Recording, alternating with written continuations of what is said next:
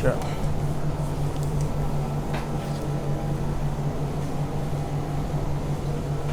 Okay. So last class में हमने discuss किया था इलेक्ट्रिक फ्लक्स के बारे में, electric field due to dipole कर लिया है ना। आज हम डिस्कस करने वाले हैं गॉस लॉज के एप्लीकेशन। जो हमने गॉस लॉ पढ़ा ना, गॉस लॉ क्या होता था? गॉस लॉ अभी नहीं पढ़ाया, केवल इलेक्ट्रिक फ्लक्स पढ़ाया, राइट?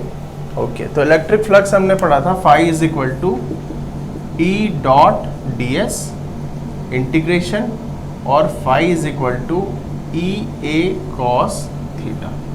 ठीक है, ये सेम फॉर्म है, total flux E A cos theta. और इसके हमने कुछ क्वेश्चंस करे थे फ्लक्स के, है ना। क्लोज सरफेस और ओपन सरफेस भी देखा था। ओपन सरफेस का area vector towards the plane of paper, outwards the plane of paper. Close surface का always outwards the plane of paper, right. जैसे ये वाला सरफेस लिया, outwards the plane of paper, outwards the plane of paper, outwards and outwards. इस तरीके से outwards the plane of paper हम consider करते हैं। ठीक, ये हमने डिस्कस करा था लास्ट क्लास में। ओके, आज हम पढ़ते हैं गॉस थ्योरम। Gauss theorem. अब गॉस ने क्या किया? गॉस एक साइंटिस्ट थे, उन्होंने ऑब्जर्व किया कि फ्लक्स ऐसे निकालने में बहुत दिक्कत है। प्रॉब्लम क्या है? इलेक्ट्रिक फील्ड फाइंड आउट करो, एरिया वेक्टर फाइंड आउट करो, फिर डॉट प्रोडक्ट और इंटीग्रेशन। तो बहुत सारी चीज़ें इसमें हैं जो क्रिटिकल है, लॉन्ग मेथड है, राइट। तो गॉस ने एक छोटा सा एक इसमें लॉ दिया है, the net flux passing through closed surface is equal to charge enclosed by it, the net flux passing through closed surface is equal to 1 by epsilon naught times of charge enclosed by it। मतलब flux is equal to 1 by epsilon naught Q inside. ठीक, किसी भी close surface के अंदर, किसी भी type के close surface के अंदर अगर एक चार्ज क्यू है तो ये क्या करेगा? फील्ड प्रोड्यूस करेगा, राइट। और ये जो फील्ड है ये नेट फ्लक्स प्रोड्यूस करेंगे इस सरफेस के थ्रू। तो गॉस ने कहा ये जो नेट फ्लक्स है इस सरफेस के थ्रू वो होता है 1 by epsilon not into Q inside. अंदर वाला चार्ज हम लेते हैं। तो बहुत सिंपल है, क्यू इनसाइड देख लो और एप्सिलॉन नॉट कर दो। जैसे हमने उसमें क्वेश्चंस किया था एक ऐसा, ये बॉक्स हमारे पास था, राइट, और ये फील्ड की वैल्यू थी इलेक्ट्रिक फील्ड। अब देखो फ्लक्स इज इक्वल टू, अंदर चार्ज क्या है? 0। अंदर चार्ज क्या है? 0। क्यू इनसाइड क्या है? 0। क्यूब के अंदर चार्ज तो है नहीं, इसका मतलब फ्लक्स क्या हो गया? 0। डायरेक्ट आ गया। और वहाँ पे हमने क्या किया? 6 सरफेस लिया था, उसका फिर इंटीग्रेट किया था, इंटीग्रेट करने के बाद उसको ऐड किया था। यहाँ डायरेक्ट हमने देखा कि भाई क्यू इनसाइड 0 है तो फ्लक्स टोटल क्या हो गया? 0। तो गॉस लॉ यूज करना काफी आसान होता है, इंटीग्रेशन से हम बच जाते हैं। बस एक एग्जम्पशन है, वो क्या है? Close surface is mandatory. Closed surface is mandatory, उसको नाम उन्होंने दिया गॉसियन सरफेस। गॉसियन सरफेस, ठीक है। अच्छा, Gaussian surface it can be regular और irregular. It can be regular और इर्रेगुलर, ठीक है ना। मतलब इसके शेप से हमें कोई लेना देना नहीं है, केवल ये क्या होना चाहिए? क्लोज्ड होना चाहिए। इंपॉर्टेंट क्या है? क्लोज्ड होना चाहिए। क्लोज्ड है तो फिर हम अप्लाई कर सकते हैं गॉस थ्योरम, ठीक है ना। ये कंडीशन है कि कैसा होना चाहिए सरफेस? क्लोज। आर्बिट्री सरफेस हो सकता है, इट कैन बी आर्बिट्री। जैसे फॉर एग्जांपल ये एक सरफेस है, ये दूसरा सरफेस है और ये तीसरा क्लोज सरफेस है, राइट। और एक क्लोज सरफेस मैं ले लेता हूँ, ये क्यू क्यू क्यू अंदर क्यू। फ्लक्स चारों के लिए क्या है? सेम है, क्योंकि हमें गॉसियन सरफेस या क्लोज सरफेस के शेप से कोई मतलब नहीं, क्यू इनसाइड चारों में सेम है तो flux through all the surface is same. तो गॉस कहता है it is independent of shape of surface, it can B arbitrary, it can be regular shape और इरेगुलर शेप, बट कंडीशन क्या है, क्लोज्ड होना चाहिए। ये कंडीशन है गॉस थ्योरम अप्लाई करने की। फिर से the done x plus passing through the any close surface is equal to charge enclose by it, और दूसरी कंडीशन जो चार्ज अंदर है वो हमें अज्यूम करना है। फॉर एग्जाम्पल हमें एक सरफेस दिया हुआ है -2 coulomb plus 3 coulomb plus 4 coulomb, flux, Gauss theorem 1/ε0 q inside, what is q inside, देख -2 plus 3 is equal to 1 coulomb. ये हम नहीं लेंगे क्योंकि ये बाहर है सरफेस के, ठीक है। तो flux is what, flux is 1/ε0 answer, ठीक है। अच्छा, दूसरी चीज, इलेक्ट्रिक फील्ड तीनों चार्ज की वजह से होगा इस सरफेस पे, बट फ्लक्स केवल अंदर वाले चार्ज की वजह से होगा। ये याद रखना, ये मल्टीपल चॉइस क्वेश्चन पे पूछा जाता है। एक क्लोज सरफेस है और 3 चार्ज लिख दिया उसने, 2 अंदर 1 बाहर, और ऑप्शन में दिया है flux is due to this two, electric field is due to this two, flux is due to this two, electric field is due to all the 3 and so on. तो आंसर क्या है, electric field तीनों की वजह से होगा, क्योंकि भाई इसका भी तो इलेक्ट्रिक फील्ड होगा ना, और इसका भी होगा इनसाइड और इसका भी होगा आउटसाइड, बट फ्लक्स क्या होगा, तीनों की वजह से केवल इनसाइड का लेंगे फ्लक्स के टाइम, ठीक है।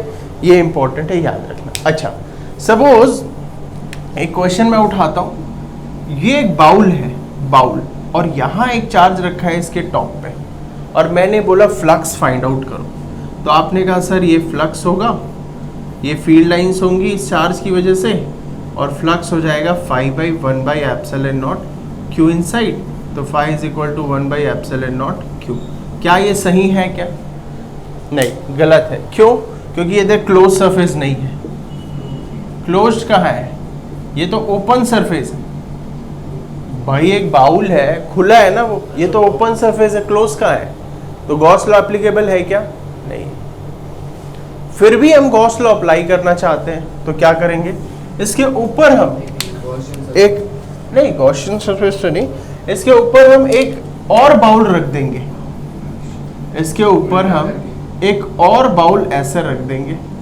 अब देख क्लोज हो गया क्या? हाँ सर, एक स्फीयर बन गया ना, पहले हेमिस्फीयर था। अब देख, अब चार्ज क्या करेगा, सभी में flux, electric field line distribute करेगा। फ्लक्स की value 1/ε0 q inside, q inside क्या है? 1/ε0 q, लेकिन हमें चाहिए कितने का? केवल नीचे वाले का, क्योंकि ये तो टोटल फ्लक्स है पूरे बॉडी पे, लेकिन हमें केवल किसका चाहिए? आधे का, आधे का, है ना। तो इसका मतलब क्या करेंगे? हाफ, क्योंकि टू पार्ट में डिवाइड हो रहा है, तो इसका मतलब φ' is equal to 1/2 q/ε0 is right answer. Simple है। इस तरीके से हम ओपन सरफेस को भी क्लोज सरफेस बना सकते हैं। कंडीशन ये टोटल फ्लक्स नहीं लिखना है, जितने का चाहिए उतने का फ्लक्स ही लिखना है, क्योंकि टोटल लिखेगा तो गलत हो जाएगा, क्योंकि क्वेश्चन ये गिवन ही नहीं था, ये हमने अज्यूम किया है just to apply Gauss law, ठीक है। चलो एक क्वेश्चन और समझते हैं। सपोज मैंने एक प्लेट लिया, ये एक प्लेट है, एनसीईआरटी का क्वेश्चन है, ये मैंने एक प्लेट लिया और प्लेट से मैंने 2 मीटर या सेंटीमीटर की दूरी पर एक क्यू चार्ज रखा और मैंने बोला find the flux through this plate. Flux होगा क्या? यस सर, फ्लक्स होगा ना। हाँ बिल्कुल, क्योंकि ये इलेक्ट्रिक फील्ड लाइंस प्रोवाइड करेगा, ये चारों ओर कर रहा है, बट हमें तो ये वाला चाहिए। वैसे तो ये ऑल सभी तरफ इलेक्ट्रिक फील्ड प्रोड्यूस कर रहा है ना। अब हमें इसके थ्रू फ्लक्स निकालना है। क्या ये ओपन सरफेस है? क्लोज ओपन सरफेस, एक प्लेट है ना, प्लेट तो 2D है एक्चुअली, तो ओपन सरफेस। अब हम इसको क्लोज बनाएंगे। क्लोज कैसे बनाएंगे, इसके ऊपर एक डब्बा रख दे जिसका ढक्कन ये है, तो क्या हो जाएगा ये कुछ इस तरीके से। देख ये तुम्हारा ये है जो गिवन है, और तुमने इसके ऊपर डब्बा रख दिया है जिसका ढक्कन ये है, ऐसा कुछ बना दिया, राइट। अब देख यहाँ पर एक चार्ज है Q, फ्लक्स चारों तरफ, अब ये क्लोज सरफेस बन गया, तो गॉस थ्योरम अप्लाई कर, phi is equal to 1 by epsilon naught Q inside Q है, लेकिन ये टोटल सरफेस का है फ्लक्स, 4 नहीं 6 सरफेस है, टोटल कितने सरफेस है 6, और हमें केवल इसका चाहिए, तो 6 पार्ट में डिवाइड हो रहा है, हमें इसका चाहिए ना, तो क्या हो जाएगा phi dash is equal to 1 by 6 Q by epsilon naught. ठीक, दूसरी चीज, इस डिस्टेंस का कोई यूज नहीं है, ये जो डिस्टेंस है, कई बार बच्चे ये सोचते हैं सर इसको कहाँ यूज करें, इसका कोई यूज ही नहीं है, बस ये है कि ऐसा डब्बा रखना है कि वो चार्ज सेंटर पे आए, याद रखना इस तरीके से Q इनसाइड। ठीक है, इस तरीके से क्वेश्चन हम समझ सकते। सपोज एक सिलेंडर लेते हैं, एक सिलेंडर है और इस पे एक चार्ज रखा हुआ है, ये बंद सिलेंडर है, क्लोज सरफेस वाला सिलेंडर, ये एक चार्ज है Q। अब हमें पूछा गया total flux through this cylinder. अब फिर से ये ओपन सरफेस क्यों है, क्योंकि चार्ज रखा हुआ है ऊपर, है तो ये बंद डब्बा सिलेंडर एक, बट इसके ऊपर चार्ज रखा हुआ है, तो ये चार्ज तो इनक्लोज हुआ नहीं ना, तो इसको हम इनक्लोज करेंगे एक और सिलेंडर यहाँ पर रखकर, एक और सिलेंडर रख के हम यहाँ पर इसको ओपन कर देते हैं। ठीक है, ओपन कर दिया, क्लोज कर दिया, सॉरी क्लोज कर दिया ना, अब क्लोज हो गया, देख ऊपर भी एक सरफेस नीचे भी, टोटल फ्लक्स ऊपर, और ये हो जाएगा तेरा डाउनवर्ड साइड, ये नीचे की ओर फ्लक्स, तो phi is equal to 1 by epsilon naught, Q inside है Q, ये द क्लोज सरफेस है, और हमें चाहिए केवल नीचे का, तो phi is equal to 1 by 2 epsilon naught, sorry Q by epsilon. अरे हमें तो चाहिए ना नीचे का, क्योंकि थ्रू द सिलेंडर, ये तो आपने अज्यूम किया है। ऐसे बहुत सारे क्वेश्चंस बन सकते हैं।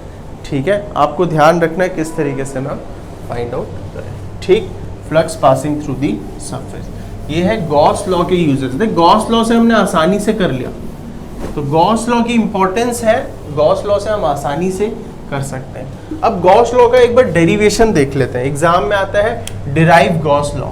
सो डेरिवेशन ऑफ गॉस थ्योरम, ये इंपॉर्टेंट है।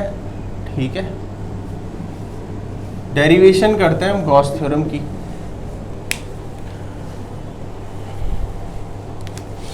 तो सबसे पहले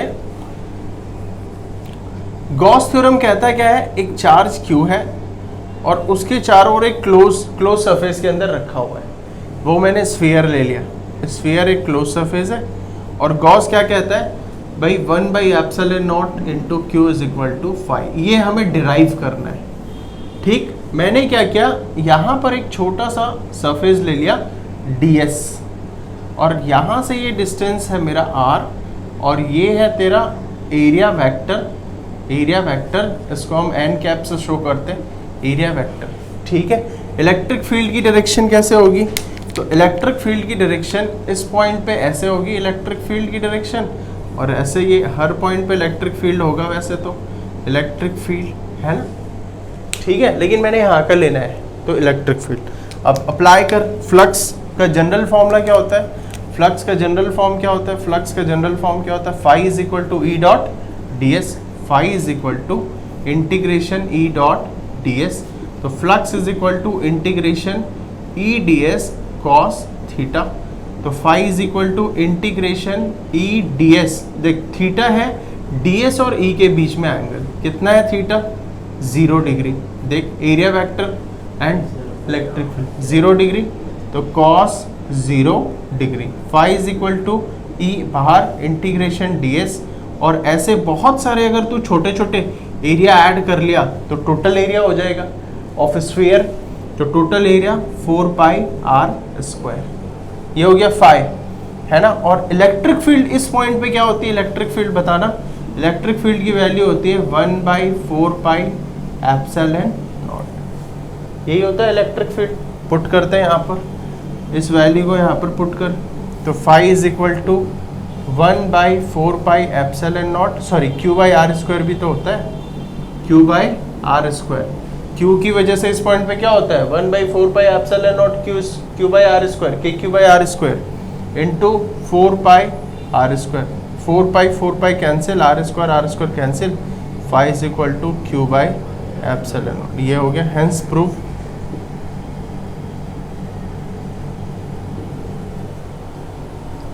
ठीक है, तो एग्जाम में आएगा state and proof Gauss theorem. तो स्टेट कर देना जो अभी स्टेट किया कि it is the total flux through the any close surface is equal to 1/ε0 times of Q enclose by it, और ये इसका डेरिवेशन है, वेरी सिंपल। ठीक है, ओके। हाँ हाँ, 2-3 नंबर का होता है, 2 मार्क्स 3 मार्क्स के ही होते हैं ये। अब तो वापस से वो हो गया ना पुराना वाला फॉर्मेट। ओके, MCQ वो मैं पूरा फॉर्मेट बता दूंगा किस फॉर्मेट में एग्जाम आएगा, वो आ चुका है फॉर्मेट। ठीक है, चलो नेक्स्ट। अब हम पढ़ते हैं application of Gauss theorem. Application मतलब क्या होता है, गॉस थ्योरम को हम कहाँ कहाँ पर यूज कर सकते हैं। Application of Gauss theorem, application of Gauss theorem, right. तो पहला एप्लीकेशन है, first application, derivation of Coulomb's law. Derivation of Coulomb's law, या वेरिफिकेशन लिख लें, verification of Coulomb's law, verification of Coulomb's law. Coulomb's law को हमें क्या करना है, वेरीफाई करना है कि एक्चुअल में कूलम्स लॉ ट्रू है या नहीं, with the help of Gauss theorem. Coulomb's law क्या कहता है, E is equal to K Q by R square. Force कह ले, इलेक्ट्रिक फील्ड, दोनों ही कूलम्स लॉ है ना। K is equal to F is equal to K Q1 Q2 by R square, या E is equal to K Q by R square. हमें derivation करनी है with the help of Gauss theorem. तो Q ये charge है, इससे R दूरी पे इस पॉइंट पे इलेक्ट्रिक फील्ड ये डिराइव करनी है। तो सबसे पहला स्टेप होता है गॉस थ्योरम यूज करने का, फर्स्ट स्टेप होता है गॉसियन सरफेस बनाना। गॉस लॉ अप्लाई करने के 3 स्टेप होते हैं। गॉस थ्योरम अगर हमें यूज करना है तो उसके स्टेप्स याद रखना। फर्स्ट स्टेप होता है assume Gaussian surface, assume Gaussian surface, पहला स्टेप। दूसरा स्टेप फाइंड क्यू इनसाइड, अंदर क्यू इनसाइड फाइंड कर लो। और third step apply Gauss theorem, apply Gauss theorem. वो क्या होता है, phi is equal to 1/ε0 Q inside. बस 3 स्टेप्स होते हैं गॉस लॉ को अप्लाई करने के। तो फर्स्ट स्टेप यूज कर, गॉस का सरफेस बना। तो यहाँ पर मैं एक सरफेस एज्यूम करता हूँ, क्लोज सरफेस, एक स्फीयर एज्यूम करता हूँ आर रेडियस का, आर रेडियस का एक स्फीयर एज्यूम करता हूँ। ठीक, दूसरा स्टेप है क्यू इनसाइड। तो let Gaussian surface be sphere of radius R, of radius R. जिस पॉइंट पे वैल्यू फाइंड आउट करनी है ना इलेक्ट्रिक फील्ड की, वहीं पर सरफेस बनाते हैं, याद रखना। ठीक है, दूसरा है क्यू इनसाइड, क्या है क्यू, इस गॉसियन सरफेस के अंदर कितना चार्ज है Q. Third apply Gauss theorem. So phi is equal to 1/ε0 Q inside is Q, equation number 1। लेकिन अभी हमें इलेक्ट्रिक फील्ड चाहिए पिक्चर में। तो इलेक्ट्रिक फील्ड अगर पिक्चर में चाहिए तो मुझे इलेक्ट्रिक फील्ड लाना पड़ेगा।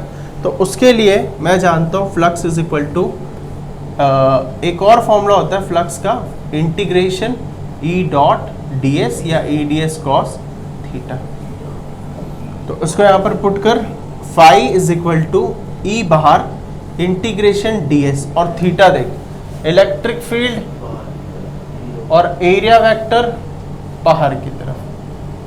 तो टोटल एरिया वेक्टर और इलेक्ट्रिक फील्ड एंगल है 0, तो integration ds cos 0 1 integration total area. तो इंटीग्रेशन ds इस सरफेस का total area 4 pi R square. Put कर from 1 and 2, from 1 and 2 equate कर दे। So E into 4 pi R square is equal to Q by epsilon naught, और यहाँ से आ जाएगा E is equal to 1/4 pi epsilon naught Q by R square. ये देख, आराम से हमने डिराइव कर दिया। हेंस वेरीफाई, हेंस वेरीफाई, ये हमने वेरीफाई कर दिया कूलम्स लॉ। बहुत सिंपल है। तो एग्जाम में 2 टाइप्स के क्वेश्चन बनते हैं, गॉस थ्योरम या फिर कूलम्स लॉ। गॉस थ्योरम का डेरिवेशन और कूलम्स लॉ का डेरिवेशन। ठीक है, जो भी आएगा आप आराम से उसको डिराइव कर देना, कोई दिक्कत ही नहीं है। कूलम्स लॉ का डेरिवेशन अगर वेक्टर वाले फॉर्म से करें तो गलत हो जाएगा, वेक्टर और ग्रेविटेशन वाले फॉर्म से। ग्रेविटेशन से, हाँ वो भी कर सकते हो। वो कर सकते हैं। हाँ ग्रेविटेशन, अगर ऐसा पूछा एप्लीकेशन ऑफ गॉस थ्योरम, हाँ तो इस तरीके से कर सकते हैं। वैसे ग्रेविटेशन वाले से भी वो डेरिवेशन होती है, वो भी मैं करा दूंगा। वो आपने कराया है ना, हाँ ठीक है। तो ये है verification of Coulomb's law. Clear है क्या? स्टेप्स याद है ना, इस स्टेप्स को भी हम यूज करेंगे। दूसरा भी एप्लीकेशन है। तो पहला यूज क्या था, कूलम्स लॉ को हमने आसानी से डिराइव कर दिया गॉस की हेल्प से। अब देख सेकेंड ऑप्शन। अब पहले ना 2-3 चीजें हम समझते हैं, उसके बाद नेक्स्ट एप्लीकेशन इसका देखेंगे। देख अभी तक हमने क्या स्टडी करा, पॉइंट चार्ज के बारे में स्टडी करा है, पॉइंट चार्ज। और जो हमने फॉर्मूला भी लिखा है ना, ये किसके लिए, केवल पॉइंट चार्ज। लेकिन प्रैक्टिकल लाइफ में पॉइंट चार्ज ही हमेशा एग्जिस्ट नहीं करते, डिफरेंट चार्जेस एग्जिस्ट करते हैं। फॉर एग्जाम्पल इस वायर में करंट जा रही है, तो ये कैसा है, इनफाइनाइट लाइन ऑफ चार्ज, क्योंकि इस वायर का एरिया तो नेग्लिजिबल है, मतलब ये केवल एक लेंथ है। तो चार्ज किस पे डिस्ट्रीब्यूटेड है, लेंथ पे। इसे हम कहते हैं infinite line charge, infinite line charge, infinite line charge. ठीक, तो इसका मतलब यहां फिगर कुछ इस तरीके से, बहुत लंबी लेंथ पे चार्ज डिस्ट्रीब्यूटेड है ये। ठीक, अब हमें चाहिए किसी एक लेंथ का, फॉर एग्जाम्पल मुझे चाहिए L लेंथ का टोटल चार्ज। तो पहले मुझे इसकी डेंसिटी पता होनी चाहिए कि इसके छोटे से लेंथ का चार्ज क्या है। उसको हम कहते हैं लीनियर चार्ज डेंसिटी। क्या कहते हैं, linear charge density, linear charge density. ठीक है, लीनियर चार्ज डेंसिटी होता है lambda is equal to Q by L. अगर तो इसको कट कर दिया, क्यू बाई एल कर दिया, क्यू को एल में डिस्ट्रीब्यूटेड है, तो वो छोटे से पॉइंट का चार्ज आ गया, है ना। और हमें अगर चार्ज टोटल चाहिए, total charge is equal to lambda into L, या फिर integration lambda into D L. DL length का चार्ज क्या होगा, डीएल लेंथ का चार्ज क्या हो जाएगा, D Q small charge is equal to lambda into DL. और टोटल चार्ज के लिए इंटीग्रेट करेगा, वो मैंने किया हुआ है ना। देख छोटा सा लेंथ है ना डीएल, इसका चार्ज क्या होगा, length into unit charge, charge density, ऐसे ही तो करते हैं।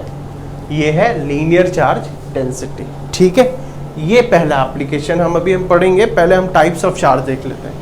अब ये तो एक बात हो गई। सेकेंड चीज है, सरफेस पे भी चार्ज डिस्ट्रीब्यूट होता है। जैसे ये व्हाइट बोर्ड है, मैंने इस पे चार्ज फेंका तो सारे चार्ज डिस्ट्रीब्यूट हो गए। अब इसमें 2 चीजें, length and width, breadth. Volume तो नेग्लिजिबल है ना, तो ये है सरफेस चार्ज डेंसिटी। सेकेंड हम पढ़ते हैं surface charge density. Simple, surface charge density. तो सरफेस मतलब एक शीट पे चार्ज डिस्ट्रीब्यूटेड है, एक शीट पे चार्ज डिस्ट्रीब्यूटेड है। ठीक है, हाँ यहाँ पर टोटल एरिया का चार्ज Q है, इस टोटल शीट का चार्ज क्या है, Q है। तो एक छोटे से सरफेस का चार्ज क्या होगा, Q बाय A। अगर टोटल का चार्ज Q है तो एक छोटे से सरफेस का क्या होगा, Q बाई A। ऑब्वियसली बात है ना। तो sigma is equal to Q by A।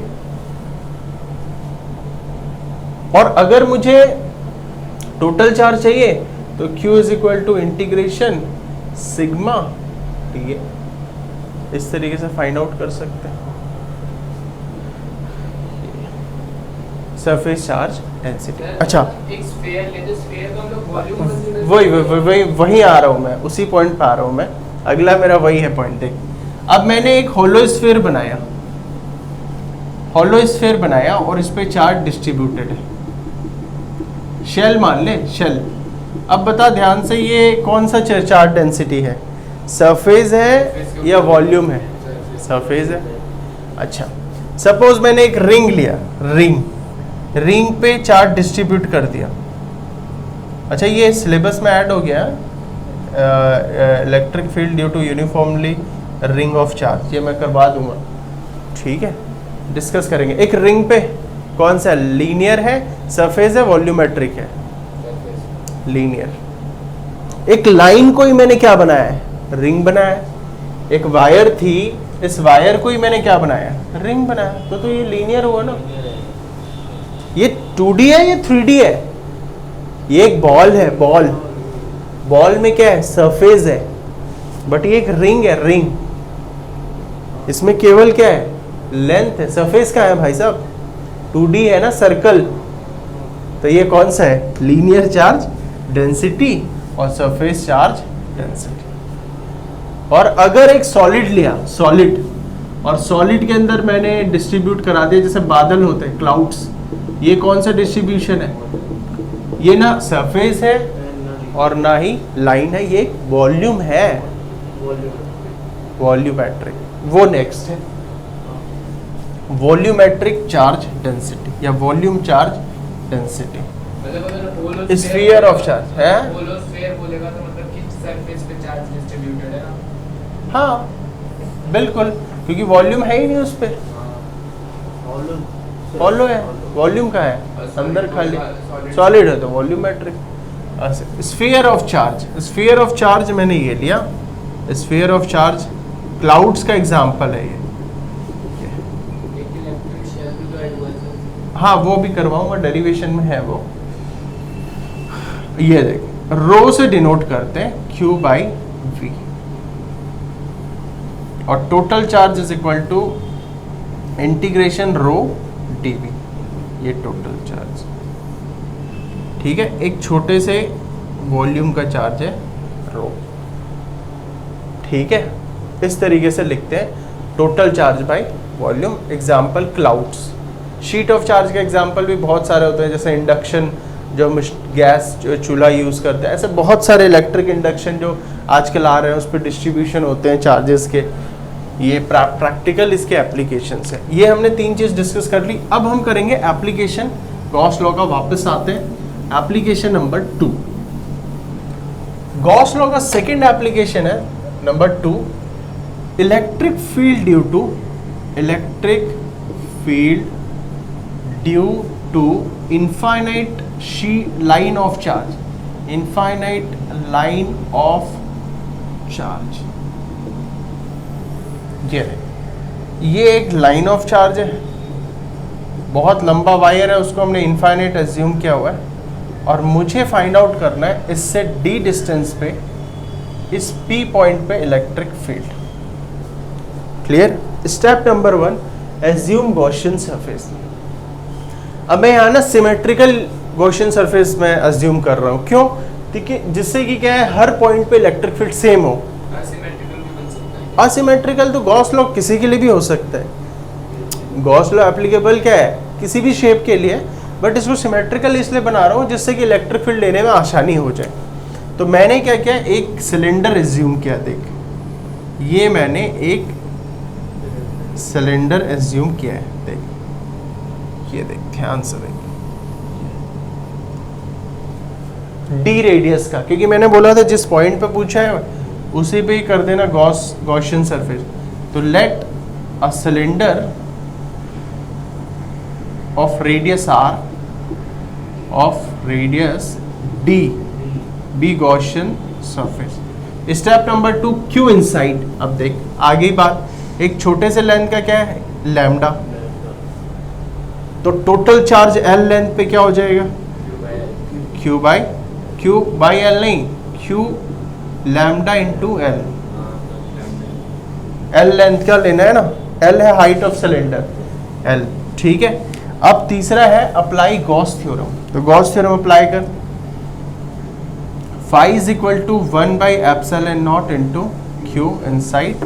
Q inside लिख, phi is equal to 1 by epsilon naught lambda into L.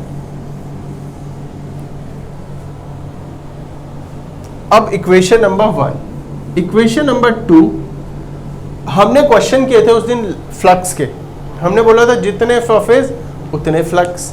कितने सरफेस है? 1 2 3। इलेक्ट्रिक फील्ड की डायरेक्शन बना लेता हूँ। ये इलेक्ट्रिक फील्ड की डायरेक्शन है हर पॉइंट पे, ये इलेक्ट्रिक फील्ड की डायरेक्शन है। अब एरिया वेक्टर की डायरेक्शन बना ले। इस वाले का एरिया वेक्टर ऊपर की साइड। इलेक्ट्रिक फील्ड कैसे यूनिट पॉजिटिव लेके बनाया होगा ना? हाँ, और वो तो जनरल फॉर्मूला है, प्लस से निकलता हुआ। इलेक्ट्रिक फील्ड प्लस से निकलता हुआ होता है ना, सिंपल। ये देखिए, ठीक, एरिया वेक्टर। अब यूज कर flux is equal to 3 surface है ना, तो φ1 plus φ2 plus φ3। Flux is equal to integration E D S cos theta, ये मैंने ले लिया टॉप का, plus integration E D S cos theta, ये मैंने ले लिया बॉटम का, plus integration E D S cos theta, ये मैंने ले लिया कर्व्ड का। अब ध्यान से देख, इस पे ये यहाँ पर एंगल है 0 डिग्री एरिया वेक्टर और इसके बीच, और ऊपर क्या है 90 डिग्री, और यहाँ पर भी क्या है एंगल 90 डिग्री थीटा की वैल्यू। अब ध्यान से देख, टॉप का और इसका 0 हो जाएगा, क्योंकि cos 90 0 cos 90 0, ये केवल बचा cos 0 1। तो फ्लक्स इज इक्वल टू ई बाहर इंटीग्रेशन ds। अच्छा, अब इसको छोटे छोटे एरिया को ऐड करेगा तो टोटल कर्व सरफेस बन जाएगा, क्योंकि सिलेंडर है ना, तो कर्व सरफेस है। टोटल कर्व सरफेस एरिया पता सिलेंडर का क्या होता है? 2 पाई आर एल, 2 पाई आर एच होता है ना, और हाइट ली है एल और आर ली है डी। ये सिंपल है ना, ये देखो। तो फ्लक्स इक्वेट कर इक्वेशन 1 एंड 2, तो from 1 and 2 E into 2 pi D L is equal to 1 by epsilon naught lambda L, और L L cancel, so E is equal to lambda by 2 pi epsilon naught D. ये right, ये इस form को मैं थोड़ा सा और easy कर लेता हूँ। ये डी आपने कहाँ से लिखा? डी डिस्टेंस है ना, आर ले लेते हैं, आर भी ले सकते हैं, आर लेना आर ले ले, एक्स लेना एक्स ले ले, डी लेना है डी ले आपने डीएल उसका लिया ना, चेंजिंग लाइन। ले। नहीं नहीं नहीं नहीं नहीं, ऐसा नहीं है, वो तो एरिया है 2 पाई आर एल, डी मैंने रेडियस। अच्छा, अब इसका फॉर्म थोड़ा सा इजी कर लेते हैं, lambda by 2 pi L D. अब देख यहाँ पर 2 पाई में मल्टीप्लाई कर रहा हूँ, 2 सॉरी, तो ये हो जाएगा E is equal to lambda by 4 pi epsilon naught D into L. 1 by 4 pi epsilon naught क्या है? K, तो 2 लैम्डा K बाई डी। ये इससे फायदा क्या हुआ? K की डायरेक्ट वैल्यू पता है, एल तो कट गया ना। हाँ L कट चुका है, D है ना, ठीक है D है ना, सॉरी, ओके समझ में है। इससे आसानी हुई कि K की वैल्यू डायरेक्ट पता है, 9 इंटू 10 टू पावर 9। यहाँ पर एप्सिलॉन नॉट कर पाई कर फिर थोड़ा सा टफ हो जाता है। यह है लीनियर चार्ज डेंसिटी, ठीक है। अच्छा, यूनिट पता, लैम्डा की यूनिट क्या होती है? लैम्डा की यूनिट क्या होती है? कूलम पर metre Q by L. Sigma की कूलम पर मीटर स्क्वायर, रो की कूलम पर मीटर क्यूब। ये ध्यान रखना, क्योंकि क्या होता है न्यूमेरिकल में यूनिट से हो रहा है, न्यूमेरिकल में यूनिट से इजी होता है पहचानना। न्यूमेरिकल में यूनिट से क्वांटिटी गिवन पहचानना इजी होता है। कभी कभी लिखता है चार्ज ऑफ 2 कूलम पर मीटर इज, तो कई बार हम क्या सोचते हैं क्यू की वैल्यू गिवन है लैंग्वेज को पढ़कर, बाकी यूनिट है कूलम पर मीटर, इसका मतलब वो गिवन क्या है? लैम्डा गिवन है। ऐसे हमेशा फिजिक्स का एक चीज याद रख, यूनिट देखकर क्वांटिटी पहचान। जैसे अगर कहीं लिखा हुआ है कि भाई 40 kg पर सेकेंड मास इज लिविंग, ये मास नहीं है, ये है dm/dt, क्योंकि यूनिट देख kg/सेकेंड है। तो अगर हम ये लैंग्वेज पढ़ेंगे तो हम क्या सोचेंगे, मास की वैल्यू क्या गिवन है 40, गलत है वो।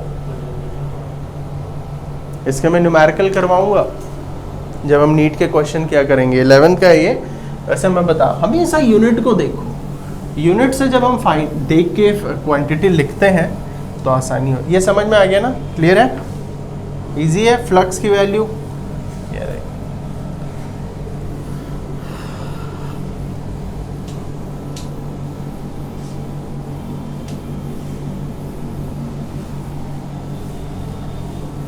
थर्ड है शीट ऑफ चार्ज। एक बार हम डेरिवेशन करते हैं फिर न्यूमेरिकल करेंगे। थर्ड, नंबर 3, हाँ इलेक्ट्रिक, हाँ सेकंड है ना, electric field due to sheet. अरे तीसरा ही है, पहला तो वो कराया था verification of Coulomb's law. Sheet of charge, दो एप्लीकेशन तो कर ली है ना, वेरीफाई किया कूलम्स लॉ को। ये एप्लीकेशन चल रहा है, मुझे लगा उसी प्राइम लाइन में ये शीट ऑफ चार्ज है। नहीं, ये एप्लीकेशन है। पहले हमने फाइंड आउट किया, वेरिफिकेशन किया कूलम्स लॉ, फिर हमने एक इनफाइनाइट लाइन ऑफ चार्ज लिया है। नहीं, अब शीट अलग आ गया। शीट मतलब व्हाइट बोर्ड। ये एक शीट ले ले,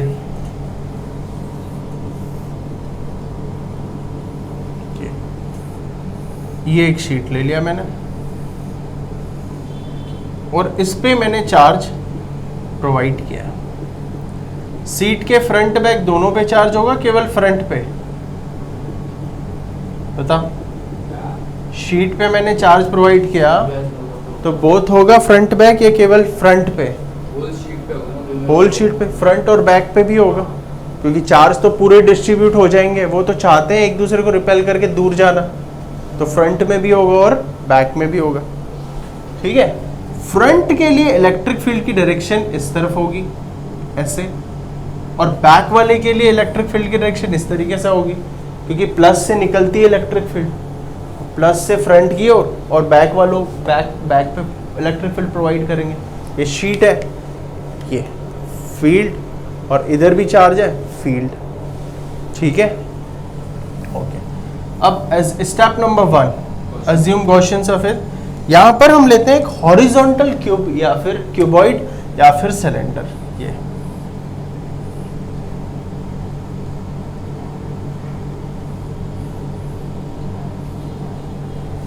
क्यूब भी ले सकते हैं, क्यूबॉइड। एनसीईआरटी में क्यूबॉइड लिया हुआ है, सेम बात है। लेफ्ट राइट डिस्टेंस सेम रखना, ये चीज़ याद रखना। ये देख, ये है आइडेंटिकल, लेफ्ट पे जितनी दूरी राइट पे भी इतनी दूरी, इलेक्ट्रिक फील्ड हर पॉइंट पे same.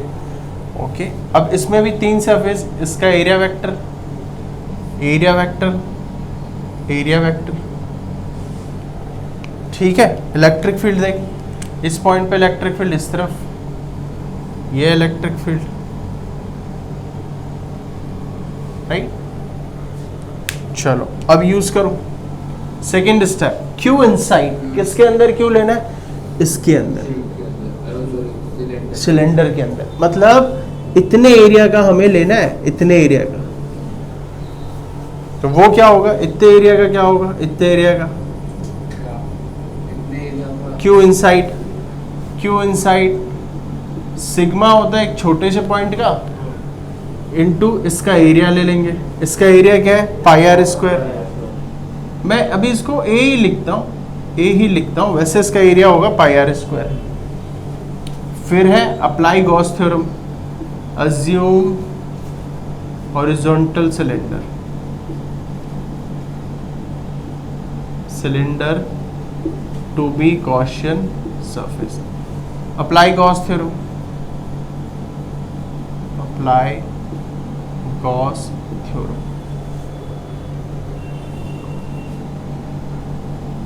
Flux is equal to 1/ε0 into Q inside.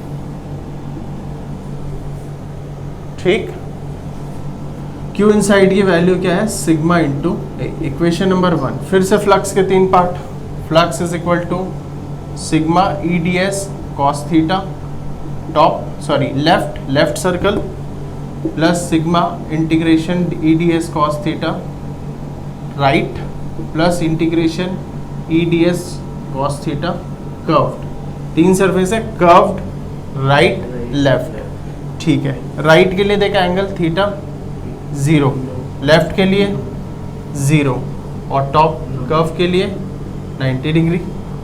Electric field इस तरफ,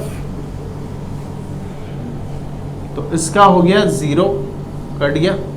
flux is equal to E integration D S plus E integration D S, तो phi is equal to E, total area इसका Gaussian surface का A plus E into total area A, flux is equal to 2E A, equation number 2 from 1 and 2, from 1 and 2. So 1 by epsilon naught sigma A is equal to 2E into A. Electric field is equal to AA cancel, sigma by 2 epsilon naught.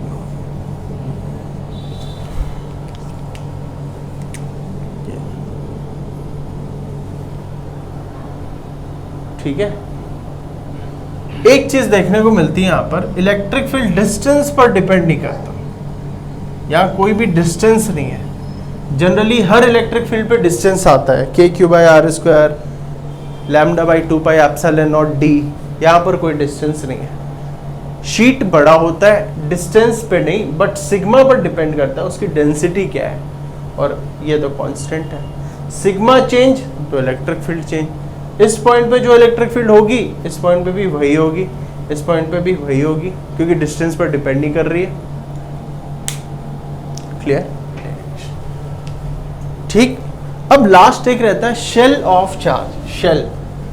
Shell में है हमारे पास एक होलो sphere को ही shell कहते हैं, याद रखिए। Shell का कॉन्सेप्ट अच्छा है। इस पे शेल और होलो स्फीयर में डिफरेंस क्या है मैं आपको बता देता हूँ। शेल में क्या होती है, आउटिंग कवरिंग होती है। शेल ऐसे होता है, देखिए ये है होलो स्फीयर और ये है तेरा शेल। ये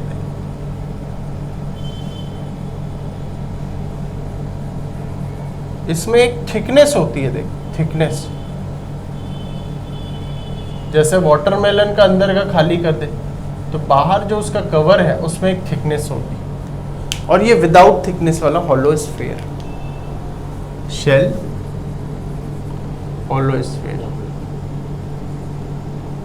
अच्छा देख, अगर मैं क्यू चार्ज यहां रखूंगा, सपोज मान लेते हैं, तो ये क्या करेगा, इंडक्शन यूज करके नेगेटिव वाले अट्रैक्ट कर लेगा इस मेटल थिकनेस शीट से,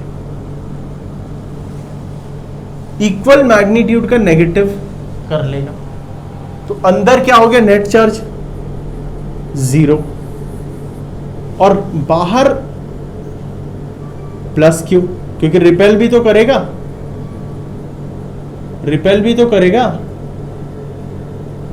तो बाहर आ गया क्यू।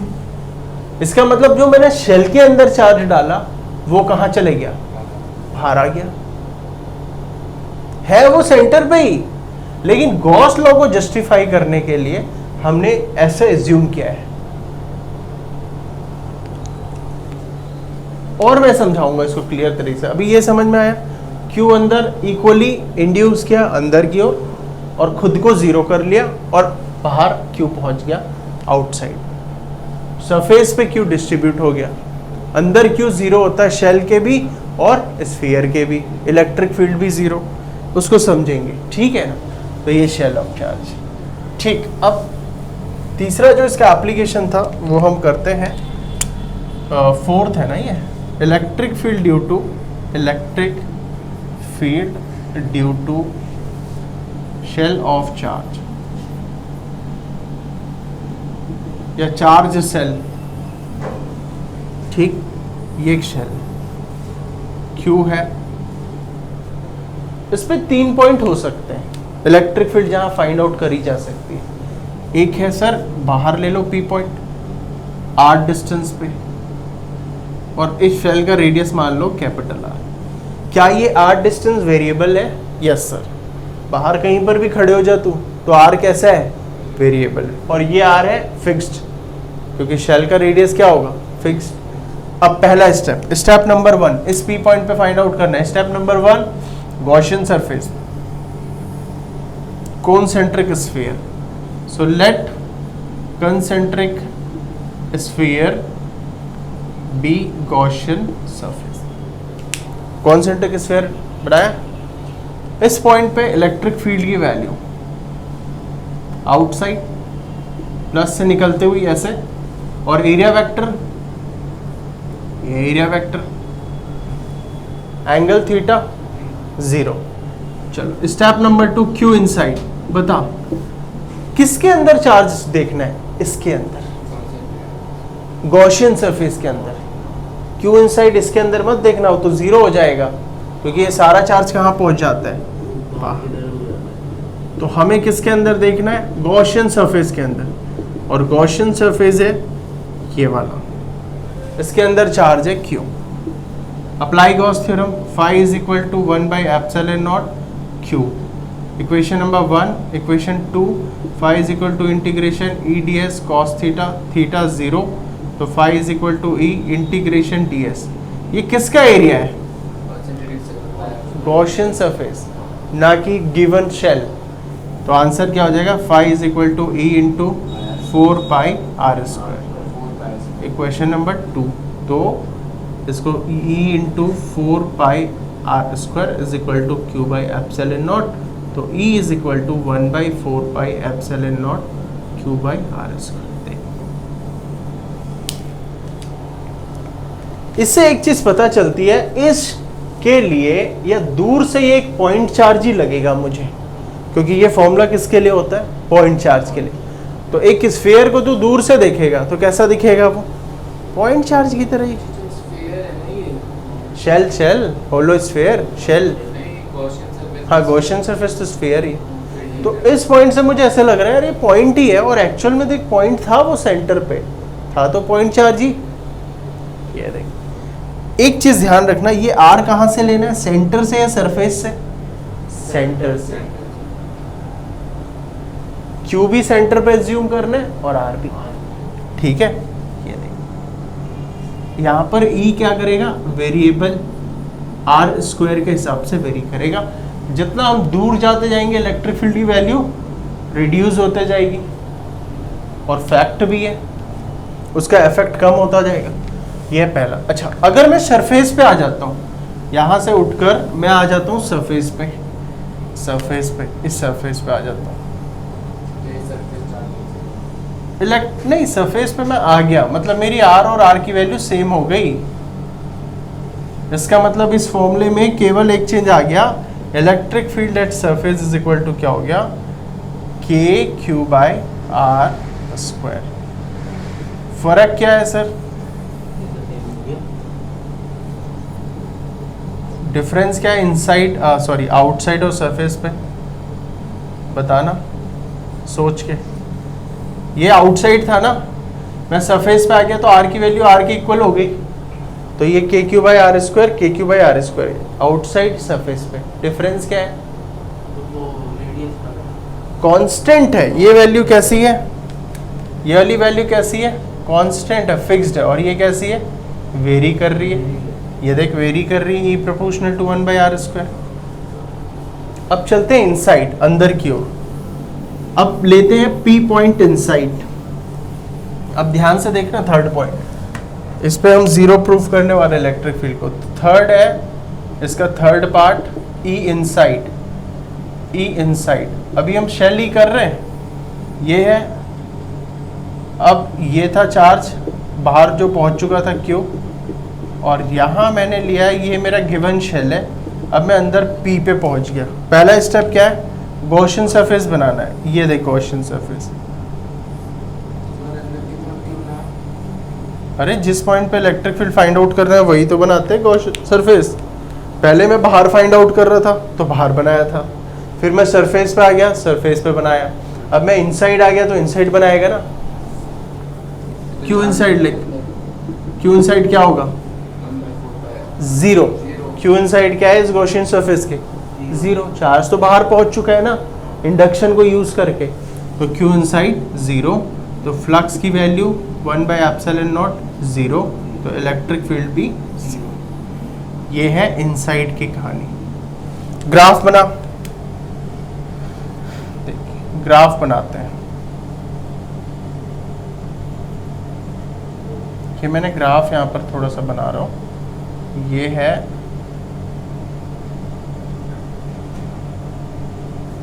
हाँ देख, अंदर क्या था? इनसाइड 0, इनसाइड क्या था? 0, इनसाइड क्या था? 0, ठीक है ना। सो इनसाइड है 0, इलेक्ट्रिक फील्ड इनसाइड क्या है? 0, और आउटसाइड, आउटसाइड क्या है? Proportional to R square. E versus R graph है। सरफेस पे क्या है? कांस्टेंट, सरफेस पे क्या है? कांस्टेंट, देख सरफेस पे क्या है? कांस्टेंट, और बाहर क्या है? E is proportional to 1/r², और यहां पर ये कांस्टेंट है ई की value, electric field KQ/r², KQ/r का स्क्वायर। अंदर इलेक्ट्रिक फील्ड 0, सरफेस पे KQ/r², और बाहर प्रोपोर्शनल टू 1/r²। ये ग्राफ याद हमें रखना है, ठीक है। सिलेंडर वाले के लिए कैसा ग्राफ बनेगा? इस तरीके से, क्योंकि उसमें था lambda is proportional to 1/d, line charge की वजह से, ये लाइन चार्ज का है d पे, इलेक्ट्रिक फील्ड λ/2πε0d, ये नहीं प्रोपोर्शनल इन्वर्सली, ये हो गया इलेक्ट्रिक फील्ड और d या r के बीच। और शीट का तो बनेगा ही नहीं, क्योंकि शीट का क्या होता है? कांस्टेंट। शीट का क्या होता है भाई? कांस्टेंट। तो इसमें तो कोई ग्राफ बनने की गुंजाइश है नहीं, r पे डिपेंड ही नहीं करता। इस पे दूरी जैसे बढ़ाते जाएगा तू, इलेक्ट्रिक फील्ड की वैल्यू डिक्रीज होते जाएगी। इस पे अंदर 0, बाहर डिक्रीज होते जाएगी। तो ये तीनों का फॉर्मूला और तीनों का ग्राफ है। यह linear sheet of charge, shell of charge. Sphere of charge हटा दिया सिलेबस से, ये शेल ऑफ चार्ज है। सॉलिड स्फीयर भी होता है, और फाइंड आउट कर सकते हैं। सॉलिड स्फीयर भी सेम होगा, बस डिफरेंस क्या होगा? अंदर क्योंकि सॉलिड स्फीयर में चार्ज है, तो अंदर चार्ज 0 नहीं हो सकता। अंदर का चार्ज ले लेंगे ρ × 4/3πr³, क्योंकि अंदर का रेडियस है r। ऐसे करेंगे।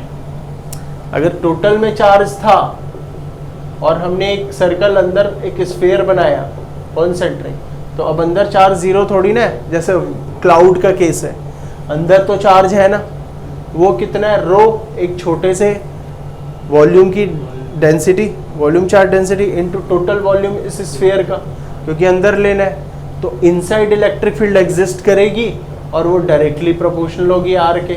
तो अगर सॉलिड स्फीयर लेगा तो उसका ग्राफ ऐसा बन जाएगा, डायरेक्टली प्रोपोर्शनल टू r और इनवर्सली प्रोपोर्शनल टू r²। ये हो जाएगा ग्राफ किसका? E versus r for solid sphere, क्योंकि E की वैल्यू होगी वहां पर ρ 4/3 कैंसिल, हाँ, ρr बाई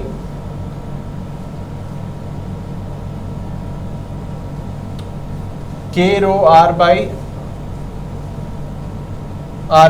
ऐसा कुछ होगा, r³ सॉरी, r³।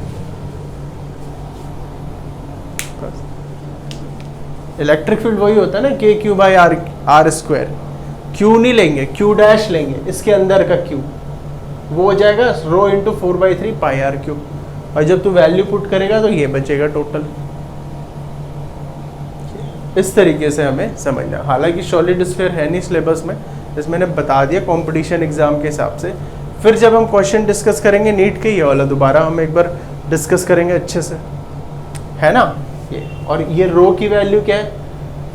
Q/4/3πr³, क्योंकि r रेडियस के स्फीयर में तूने चार्ज दिया है पूरा, तो एक छोटे से वॉल्यूम का चार्ज क्या होगा? एक वॉल्यूम चार्ज डेंसिटी क्या होगी? Total charge by volume of this sphere. तो ये वैल्यू यहाँ पर पुट किया तो देख 4/3 पाई कैंसिल, आर क्यूब नीचे आया और एक था आर स्क्वायर और आर क्यूब ऊपर नीचे, दो कट गए, ऊपर एक आर बचा। के क्यू बाई आर स्क्वायर था ना, फॉर्मूला क्या था एक स्फेयर के बाहर, E is equal to K Q dash by R square. Q dash की वैल्यू मैंने यहाँ से निकाली, रो की वैल्यू ये पुट करी, तो ऊपर आर क्यूब बचा और नीचे आर स्क्वायर, एक आर बचा केवल ऊपर, और रो है ये, और तेरा नीचे आर क्यूब रहा, के पहले ही था, ये आ गया। और अंदर का सेम होगा, इनसाइड 0 और सरफेस पे के Q by capital R square, जैसे शेल पे था, ये डिफरेंस। ठीक है, तो ये है सॉलिड स्फीयर और hollow sphere that is shell.